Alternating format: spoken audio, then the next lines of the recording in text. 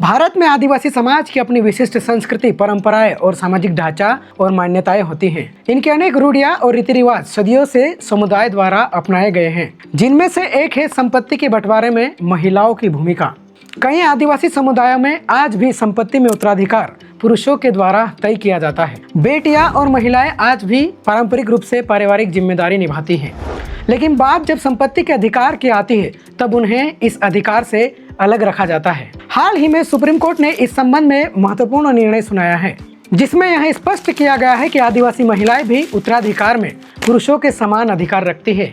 यह फैसला कई कानूनी, सामाजिक और सांस्कृतिक पहलुओं से जुड़ा हुआ है और इसका असर न सिर्फ परिवार पर बल्कि पूरे समाज और समाज की सोच पर पड़ने वाला है। इस वीडियो में हम समझेंगे कि क्या कहती हैं आदिवासी परंपराएं और उत्तराधिकार के संबंध में वर्तमान में क्या स्थिति है, और समझेंगे कि सुप्रीम कोर्ट का यह निर्णय किस संदर्भ में दिया गया था, और साथ ही समझेंगे कि इसके क्या प्रभाव हो सकते हैं। आइए बिना किसी पूर्वधारणा के संवैधानिक, सामाजिक और कानूनी नजरिए से इस विषय को गहराई से समझते हैं। सबसे पहले समझते हैं कि पैतृक संपत्ति पर आदिवासी की परंपरा क्या कहती है। भारत में आदिवासी समाज में संपत्ति के बंटवारे को लेकर वर्षों से रीति रिवाज, रूढ़ी प्रथाएं और परंपराएं चली आ रही हैं। इनके मुताबिक हमेशा से ही पुरुषों को ही संपत्ति में बंटवारे का अधिकार मिलता आ रहा है।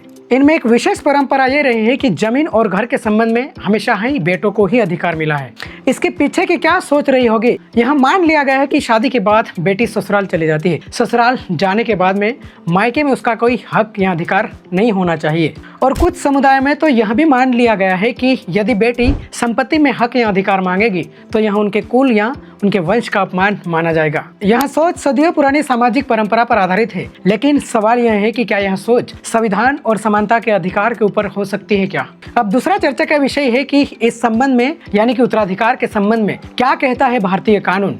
इस संबंध में कानून की बात की जाए तो हिंदू उत्तराधिकार अधिनियम 1956 है, जो कि बेटियों और बेटों को समान अधिकार देता है। इस कानून की खास बात यह है कि यह महिला हो पुरुष हो, दोनों को प्रॉपर्टी के संबंध में समान अधिकार देता है। और इस कानून में 2005 में व्यापक संशोधन हुआ, जो कि महिलाओं को समान सह उत्तराधिकार का अधिकार दिया गया। लेकिन इस कानून की एक बड़ी बात है, यह कानून आदिवासियों पर लागू नहीं होता है, क्योंकि भारत के संविधान के अनुच्छेद 342 अनुसूचित जनजातियों को कई ऐसे आम कानूनों से छूट प्रदान करता है ताकि वह अपने अधिकार, संस्कृति और पहचान को यथावत बनाए रखे। इसका परिणाम यह हुआ है कि आज भी भारतीय आदिवासी महिलाएं प्राचीन परंपरा में जकड़ी हुई है, जहां उन्हें न कई कानूनी सहारा मिला, न ही संपत्ति में अधिकार मिला। अब बात कर लेते हैं भारत देश में आदिवासियों में संपत्ति के बंटवारे को लेकर या फिर उत्तराधिकार के अधिकार के संबंध में अलग अलग राज्यों में क्या क्या कानून है और उनकी क्या क्या व्यवस्थाएं हैं। सबसे पहले बात करते हैं झारखंड राज्य की, जहां पर CNT और SPT एक्ट लागू है, जो कि इस कानून के तहत यहाँ पुरुषों को ही मालिकाना हक प्रदान करने की जिम्मेदारी देता है। ये कानून भी सिर्फ पुरुषों को ही जमीन का मालिकाना हक देने की बात करता है, और यह कानून महिलाओं को कब्जा चलाने का अधिकार तो देता है, लेकिन हस्तांतरण और बिक्री के मामले में नहीं। अब बात करते हैं मध्य प्रदेश के संदर्भ में, तो मध्य प्रदेश में कई जनजातियां पाई जाती हैं, जहां पर सभी जनजातियां अपनी रूढ़ी, प्रथा और परंपरा के अनुसार जो पहले से व्यवस्था चलती आ रही है परंपराओं में, उन्हीं के अनुसार बेटों को ही संपत्ति में अधिकार देते हैं और बेटियों को कभी भी संपत्ति में अधिकार नहीं दिया जाता है। और आदिवासी बहुल राज्य की यदि बात करें, जिसमें ओडिशा और छत्तीसगढ़ है, इसमें भी ग्राम सभा आधारित व्यवस्था है, जो कि संपत्ति में उत्तराधिकार की व्यवस्था की बात की गई है। लेकिन यहाँ पर भी ज्यादातर पुरुषों को ही संपत्ति में मालिकाना हक देने की बात की गई है। आंकड़ों के अनुसार आदिवासी क्षेत्र में जमीन के मालिकाना के हक के संबंध में महिलाओं को 7 से 10% मामलों में ही उनको मालिकाना हक प्रदान किया गया है, और इनमें से भी बहुत कम महिलाओं को जमीन के मालिकाना के हक के संबंध में वास्तविक में अधिकार प्रदान किया जाता है। अब बात करते हैं सुप्रीम कोर्ट के ऐतिहासिक फैसले की। सुप्रीम कोर्ट ने हाल ही में जमीन के मालिकाना के संबंध में बहुत ही ऐतिहासिक और महत्वपूर्ण निर्णय सुनाया है। इस केस में सर्वोच्च न्यायालय ने कहा कि कोई भी महिला, चाहे वो हिंदू हो या गैर हिंदू हो, लिंग के आधार पर या जाति पहचान के आधार पर उसको संपत्ति के अधिकार से वंचित करना भारतीय संविधान के खिलाफ है। और न्यायालय ने सुनवाई के दौरान भारतीय संविधान के कुछ अनुच्छेदों का भी हवाला देते हुए कहा, जिसमें अनुच्छेद 14 में प्रावधान है कि कानून के सामने सभी बराबर है, और अनुच्छेद 15 जो कि लिंग के आधार पर या किसी भी तरह के विभेद से वर्जित करता है, यानी कि प्रतिबंधित करता है, और अनुच्छेद 21 जो कि जीवन और व्यक्तिगत आजादी का अधिकार देता है। ये तीनों अधिकार के वायलेशन के संबंध में न्यायालय ने ये फैसला सुनाया है।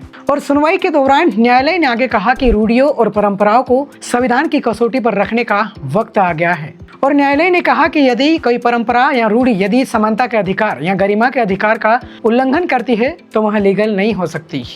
अब बात करते हैं इस फैसले के बाद क्या बदलने वाला है और इसका क्या असर और प्रभाव देखने को मिलेगा। सबसे पहला प्रभाव है महिलाओं के लिए कानूनी स्पष्टता बढ़ेगी। मतलब महिलाएं अब संपत्ति के अधिकार या फिर उत्तराधिकार के अधिकार को पाने के लिए कोर्ट का दरवाजा खटखटा सकती है और अपने इस अधिकार के लिए दावा कर सकती है। और इस फैसले के आने के बाद में उनकी इस दावेदारी, उनका ये दावा बिल्कुल लीगल रहेगा और उनके इस अधिकार का पालन करना कोर्ट की कानूनन या संवैधानिक जिम्मेदारी बन जाएगी और उनकी ये दावेदारी कानूनी रूप से वैध मानी जाएगी।